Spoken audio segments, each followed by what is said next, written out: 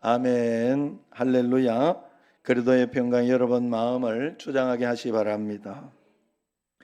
자, 오늘 저녁에는 김경화 권사님 들어왔지요. 예, 김경화 권사님이 요즘 어제도 못 들어오시고 그래가지고 그래서 여러분들이 잘 까딱하면 잊어버리고 까딱하면 그렇게 할 수 있어요. 그러니까 꼭 이렇게 더 정신 차리고 더 이렇게 기도해야 할 줄로 압니다. 자, 어제는 우리 옆 사람 인사했나요? 안 했어요? 자, 그러면 인사 한번 하도록 합시다. 아름다운 것이 죄라면 아니면 남자한테는 잘생긴 것이 죄라면 이렇게 당신은 사형감입니다 하고 이렇게 자, 권사님 아름다운 것이 죄라면 권사님은 뭐 이렇게 자 인사 한번 합니다. 시작. 아름다운 것이 죄라면 향임이는 사형감이야. 자, 어제는 스가랴 1장 통해서 하나님께서 백성들에게 회개를 촉구하고 또 하나님의 변함없는 그 보호를 약속하시는 첫 번째, 두 번째 환상을 보여주셨어요. 그리고 오늘은 스가랴 2장으로 넘어가서 세 번째 환상인 청량줄 환상, 네 번째 환상인 대적을 심판하는 환상을 통해 가지고 하나님께서 예루살렘과 그의 백성을 어떻게 회복시키시고 보호하실지를 보호하실 것인지, 그리고 그 가운데 하나님의 영광스러운 임재가 어떻게 나타날 것인지를 가르쳐 주고 있습니다. 그래서 그것을 오늘 배우려고 합니다. 첫 번째로 1절에서 5절까지는 청량줄을 든 사람의 환상이 나옵니다. 그런데 이 청량줄을 든 사람의 환상은 예루살렘의 회복과 확장을 위해서 있는 말씀이에요. 계시록의 사도 요한과 마찬가지로 스가랴도 이렇게 환상과 계시를 지금 보고 있는 거예요. 그런데 1, 2절에서 환상 가운데 예루살렘을 측량하고 있는 한 사람을 보고 있습니다. 당시 예루살렘은 황폐하고 성벽이 무너져서 측량이 불가능한 그런 상태였어요. 그런데 하나님께서 천사를 통해서 예루살렘을 측량하고 있다, 이렇게 보여주십니다. 자, 이것은 단순히 파괴된 그 성읍을 다시 짓는 것을 넘어 예루살렘의 회복과 확장에 대한 하나님의 구체적인 계획이 있음을 암시하고 있다 하는 것이죠. 그래서 우리는 여기 천사가 말하는 것처럼 예루살렘은 막 무너져 있단 말이에요. 성벽이 무너져 있는데 어떻게 측량할까를 모르는데 천사는 지금 그걸 보고 측량을 하고, 정확히 보고 측량을 하고 있다는. 믿음은 바로 이런 거예요. 아셨죠? 여러분들이 되는 것을 봐야 돼요. 여러분의 미래를, 좋은 것. 자, 지금 막 너무 힘들고 어려운 일이 있다 그러면 거기에 대해서 하나님이 반전을 주시기 위해 하나님은 이 어려움 가운데 나를 허락하셨다 생각을 하고 그 더 좋은 것, 앞으로 잘 될 것, 이것을 바라봐야 되는데 우리는 자꾸만 걱정, 두려움, 그리고 근심을 자꾸 드리게 된다는 거죠. 하나님 앞에. 그것을 자꾸 하나님 앞에 바라보게 되는 거예요. 그러면 문제가 해결이 안 돼요. 하나님 앞에서 어떤 것도 해결할 수가 없어요. 그렇기 때문에 우리는 하나님 앞에 무너져 있는 것 가운데 뭘 보라 그랬어요? 세워졌을 때 모습, 정상적일 때 그걸 측량하고 있잖아요. 지금 그걸 바라보라. 우리도 그래야 할 줄로 믿습니다. 사단이 주는 대로 받아 먹으면 안 돼. 너는 안 돼. 너는 넘어져. 너는 끝났어. 너 큰일 났어. 이렇게까지 이렇게 할 수가 있냐? 이런 마음을 주더라도 걱정하지 마세요. 그냥 다 하나님께 맡기고 더 기도하세요. 더 기도하고 믿고 의지해야 할 줄로 믿습니다. 그랬을 때 3, 4절에서 다른 천사가 나와서 스가랴에게 이제 말을 하지요. 너는 달려가서 그 소년에게 말하기를 예루살렘은 그 가운데 사람과 가축이 많으므로 성곽 없는 성읍이 될 것이라 그렇게 전하라고. 예루살렘은 가축이 많으므로 성곽 없는 성읍이 될 것이라 그렇게 전하라고 지시합니다. 이 말씀이 놀라운 약속이에요. 당시 예루살렘은 인구도 적고 성곽도 없는 초라한 모습이었는데 하나님께서는 앞으로 예루살렘의 인구가 엄청나게 많고 또 그 많은 사람들로 인해서 성곽으로는 다 담을 수 없을 정도로 확장될 것이다. 성곽이 없어지는 정도, 그런 정도로 확장될 것이라고 말씀해 주시는 것입니다. 이것은 물리적인 확장뿐만 아니라 하나님의 백성의 수가 폭발적으로 증가할 것이라는 영적인 부흥을 예언하고 있는 거죠. 그래서 이제 더욱 중요한 약속은 이제 5절에 나옵니다. 자, 5절 한번 같이 읽어봅시다. 앞에 보고 여호와의 말씀에 내가 불로 둘러싼 성곽이 되며 그 가운데에서 영광이 되리라. 자, 여호와께서 말씀하신 거예요. 불로 둘러싼 성곽이 되도록 한다. 그렇게 약속을 해주셨어요. 인간이 쌓은 어떤 성벽보다도 견고한 보호를 의미합니다. 물리적인 성곽이 필요 없을 정도로 하나님 자신이 예루살렘의 불성곽이 되어 주셔서 외부의 모든 위협으로부터 완벽하게 보호하실 것이라는 약속이죠. 또한 하나님 자신이 성 안에 거하심의 영광이 되어 주셔서 그분의 임재로 말미암아 예루살렘이 빛나는 영광의 도성이 될 것임을 약속해 주신 거예요. 그래서 이 환상은 당시 절망에 빠져있던 백성들에게 하나님의 초월적인 보호 그리고 영광스러운 미래에 대한 확고한 소망을 지금 심어주는 그런 내용입니다. 여러분 정말로 감사하지 않아요? 하나님은 우리에게 절망하도록 낙심하도록 그냥 두지 않습니다. 우리로 하여금. 그래서 하나님을 만난 사람은 언제나 환희와 기쁨이 있고 거기에 소망이 생기는 거예요. 그것으로 살아가네. 환경은 똑같아요. 문제 해결은 아직 안 되었어요. 그러나 믿는 자는 그것을 바라보며 그 문제를 해결하도록 믿음으로 끌어당기고 있다 하는 거예요. 여러분 우리는 하나님 앞에 이런 확고한 소망을 가져야 될 줄로 압니다. 자, 그래서 이제 6절에서 9절까지는 고난당한 백성을 향한 하나님의 위로의 부르심을 이야기하고 있습니다. 6, 7절에서 하나님께서 이제 이스라엘 백성 특히 여전히 바벨론과 같은 이방 땅에 흩어져 있는 자들에게 돌아오라고 명령하십니다. 북방 땅은 당시 이스라엘을 압제했던 바벨론을 상징합니다. 하나님은 자신의 백성들을 흩으셨지만 이제는 그곳에서 벗어나 돌아오라고 강력하게 촉구하고 있어요. 이는 하나님의 심판이 끝났으며 회복의 때가 왔음을 선포하는 것입니다. 과거의 속박에서 벗어나 자유를 찾으라는 해방의 메시지입니다. 도피하여 하나님께로 돌아오라 그렇게 부르고 있다. 도피하라고 합니다. 도피하라고 이제 6, 7절을 보면 도피하라고 이야기를 해요. 그렇기 때문에 도피하라 그 말은 무슨 말이냐, 하나님께로 돌아오라는 게 도피해서 그 죄악에서 도피해서 돌아오라 이 말이에요. 이걸 잘못 해석하면 안 돼. 이걸 잘 해석해야 돼요. 그 말입니다. 여기에 있는 말은. 자, 그리고 이제 8, 9절에 보면 매우 강력한 하나님의 의지를 보여주고 있어요.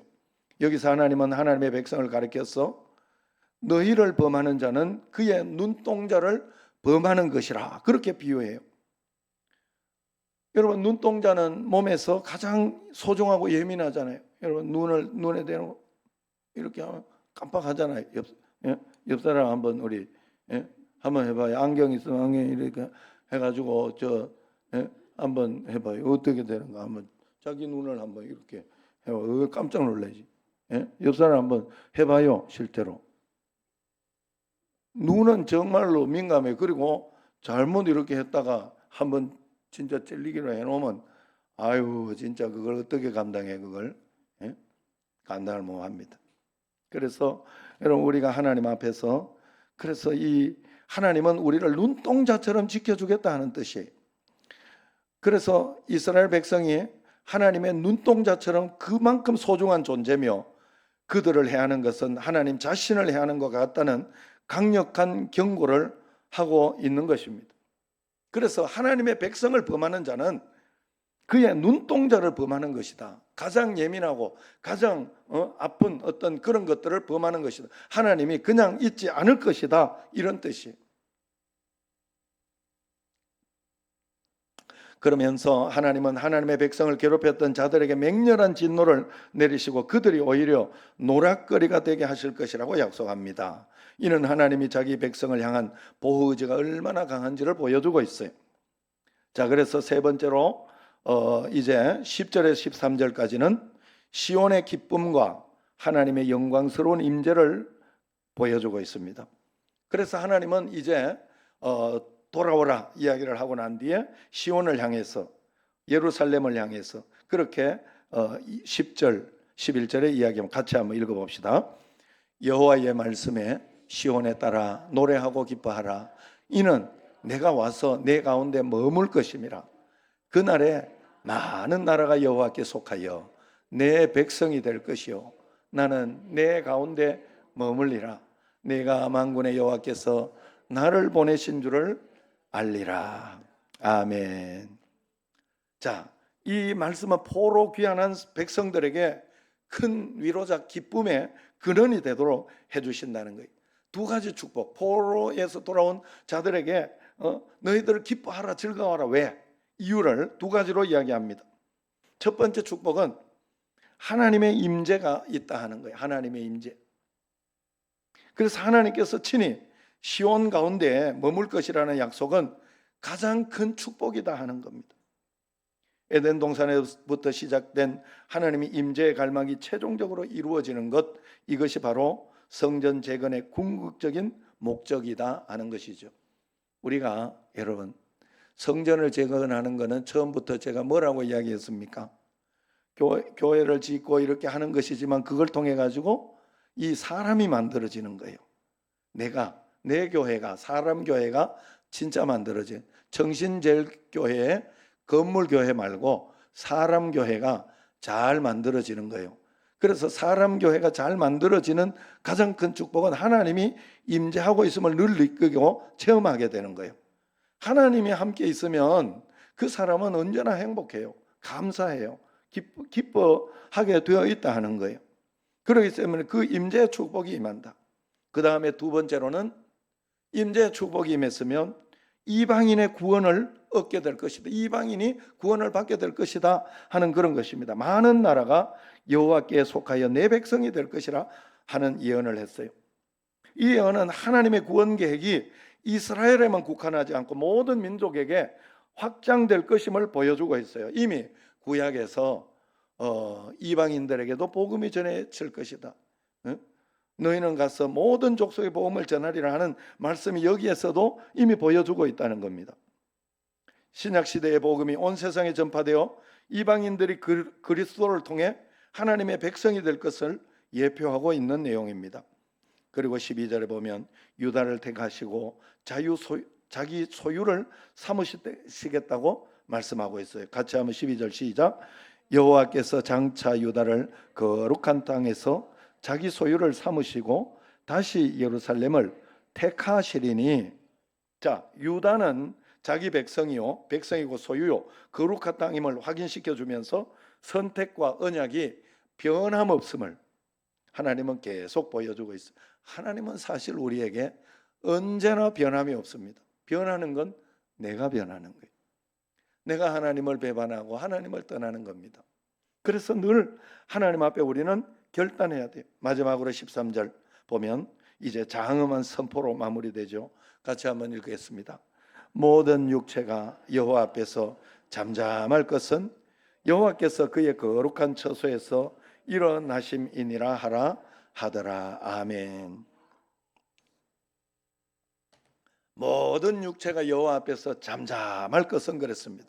하나님의 주권과 위엄을 선포하며 그분의 임재 앞에서 모든 것이 잠잠하고 복종해야 함을 설명하고 있습니다. 여러분, 하나님이 우리에게 허락하신 모든 것 앞에 우리는 잠잠하고 복종해야 돼요. 그래야 그 모든 보화를 바르게 찾아내고 나를 통하여 하나님 나라가 이루어지는 줄로 믿으시기를 바랍니다. 여러분, 그래서 이미 불평할 거 다 하고 속상할 거 다 속상하고 그래 놓고 하나님 앞에 이렇게 뭔가를 바라면 이미 하나님을 경외하고 경배한 것이 아니라 마귀를 경배하고 다 경외해 놓고 내한테 좋은 것이 올 게 있나요? 없어요. 없어요. 그래서 여러분, 우리는 하나님께, 둘 중에 우리 사람은요 무조건 선택하는 자예요. 하루도 수만 가지를 선택해야 되는 게 우리 사람이에요. 응? 사람은 선택하는 자다, 이렇게 말할 수도 있습니다. 그래서 우리는 언제나 하나님을 선택해야 돼. 그게 하나님 종이 되는 게 아니에요. 내가 하나님 종처럼 하나님을 선택하고 죽으라고 하나님을 붙들고 가면 하나님은 나를 가장 자유케 해주시고 가장 행복하게 해주시고 가장 나에게 걸맞는 인생을 살도록 해주시는 줄로 믿으시기를 바랍니다. 그러므로 스가랴 2장에서 우리에게 주는 말씀은 결론적으로 이렇게 볼 수 있어요. 첫 번째는 하나님의 약속은 반드시 성취된다. 황폐했던 예루살렘이 확장되고 영광스러운 도시가 될 것이라는 예언처럼 하나님께서는 당신의 구원 계획을 반드시 완성하시고 우리에게 영원한 나라를 허락하실 것이라 하는 약속입니다. 두 번째로, 하나님은 우리에게 진정한 보호자가 되실 것입니다. 인간이 쌓은 그 어떤 성벽보다도 견고한, 무슨 성곽이 되어준다 그랬어요? 불성곽이 되어, 하나님이 우리의 불성곽이 되어주겠다, 아까 이야기를 했잖아요. 불성곽이 되어주겠다. 응? 그러므로 우리는 세상의 어떤 위협과 어려움 속에서도 우리가 하나님의 하나님이 우리를 눈동자처럼 지켜주심을 믿고 의지해야 되는 줄로 믿습니다. 세 번째, 가장 큰 축복은 우리에게 하나님의 임재라는 것입니다. 새 예루살렘의 가장 큰 축복은 바로 하나님께서 우리 가운데 친히 거하시는 거예요. 하나님이 새 예루살렘에서 친히 함께 거하시겠다고 하면 되는 것입니다. 우리는 하나님만 있으면 다 되는 줄로 믿습니다. 아이가 진정으로 이렇게 부모와 함께 있으면 다른 아무 걱정을 하지 않는 것처럼, 물론 자기 나름대로의 아이의 걱정도 있지만 친구하고 사이 이런 거 걱정이 있지만은 부모가 시골 가면 시골 가서 살고 부모가 군인이어 가지고 군 막사 가서 살아야 되면 그거 가서 살고 부모가 중국 선교사님 되었으면 중국 선교사로 가서 그냥 거기서도 행복하게 사는 거예요. 클 때까지. 우리가 하나님을 따르면 그런 줄로 믿습니다. 하나님이 나와 함께 하심을 믿으면 내 있는 자리가 축복의 자리가 되는 줄로 믿습니다. 마지막으로 네 번째는, 이제 우리의 그 축복은, 그 복음은 열방으로 전파될 것이다 하는 것이 마지막 약속입니다. 이방 민족들이 하나님의 백성이 될 것이라는 예언처럼 우리는 지상의 명령에 잘 순종해서 이 복된 소식을 온 세상에 전해야 할 사명을 가지고 있는 줄로 믿습니다. 구약의 약속을 보면 그 사명은 첫 번째로 자손 대대로, 여러분 친척, 친지, 가족 구원이 한 기둥이 있어요, 우리에게. 그리고 여러분 혹시 그 구원되지 않는 사람이 있다면 꼭 눈물로 기도하고 끝까지 포기하면 안 돼요. 지옥 가는 것을 어떻게 봐요? 그건 못 보지요. 끝까지 포기하면 안 돼요. 내가 죽어서라도 하나님 구원시켜 주셔야 됩니다. 하나님 도와주세요. 그래서 지금부터 여러분 좋은 직장 가는 이런 것보다 직장 가 있으니 교회 안 다녀도 괜찮겠다, 돈 잘 벌어먹고 살고 있으니 괜찮다, 이렇게 하시면 안 됩니다. 절대로. 그래서 그 구원을 이루어야 되고, 그 다음에 그 구원받은 사람은 십자가, 가로로 이방인들에게 내 이웃을 내 몸같이 사랑하라. 이웃을 사랑하는 것은 전도하는 거예요. 복음 전하는 거예요. 그래서 그렇게 하나님 앞에 복음을 잘 전해야 할 줄로 압니다. 스가랴 2장은 포로기한 백성들의 절망적인 현실을 넘어서 하나님의 놀라운 회복과 임재, 그리고 이방인의 구원까지 아우르는 거대한 구원의 그림을 제시하고 있어요. 이 말씀이 우리의 믿음을 더욱 굳건하게 하고 또 하나님의 영광스러운 미래를 향한 소망으로 충만하게 하시기를 주의 이름으로 축원합니다. 기도하겠습니다.